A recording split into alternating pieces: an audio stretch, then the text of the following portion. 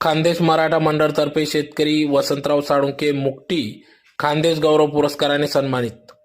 धुळे तालुक्यातील मुकटी येथील शेतकरी वसंतराव विकनराव साळुंखे हे गेल्या अनेक वर्षापासून पूर्वी परंपरागत शेती व्यवसाय करीत असून त्यांनी आधुनिक तंत्रज्ञानात योग्य वापर करीत त्याचबरोबर शेतकऱ्यांचे आर्थिक स्थैर्य टिकून राहावे या उद्देशाने ते शेती व्यवसाय करीत असून स्वतःच्या शेतावर विविध प्रयोग देखील राबवित आहेत।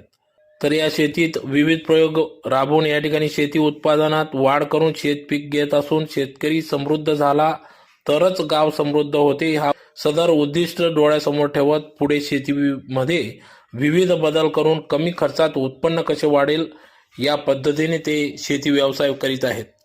या ठिकाणी शेताला लागूनच केटीवेरचा बंधारा या ठिकाणी महाराष्ट्र शासनाच्या माध्यमातून त्यांनी मिळवून घेतला। या केटीवेरच्या माध्यमातून या ठिकाणी पाणी अडवून पाणीचा निचरा होऊन शेतकऱ्यांना या ठिकाणी मुबलक पाणी निर्माण करून दिले आहे। शेती व्यवसायात पूरक पाणी उपलब्ध झाल्याने या ठिकाणी शेतकरी हा समाधानी झाला असून तर अशा पद्धतीने कार्य करणाऱ्या या शेतकरी मुकटी येथील शेतकरी वसंतराव विकनराव साळुंखे यांना दिवंगत स्वर्गीय अजितदादा पवार यांच्या हस्ते पुरस्काराने सन्मानित करण्यात आले होते।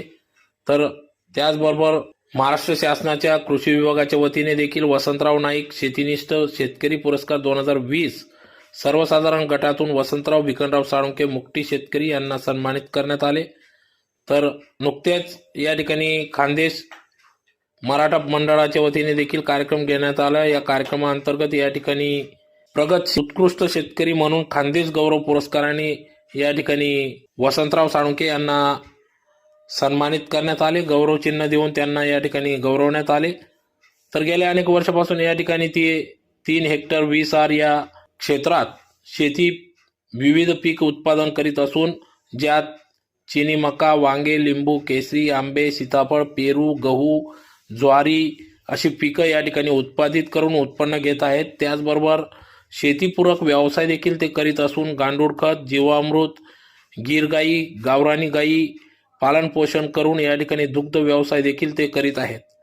विविध समाजहित उपक्रम देखील ते राबवित असतात, सहभागी होत असतात, ज्यात प्रामुख्याने रक्तदान शिबिर, शेतकऱ्यांसाठी विविध चर्चासत्र, बचत गटांच्या माध्यमातून देखील या ठिकाणी शेतीविषयक मार्गदर्शन ते करीत असतात।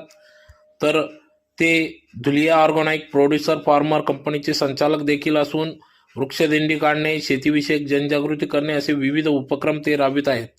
शेतकऱ्यांनी आपल्या शेतीसाठी रासायनिक खते न वापरता या ठिकाणी शेती करावी असे देखील आव्हान त्यांनी या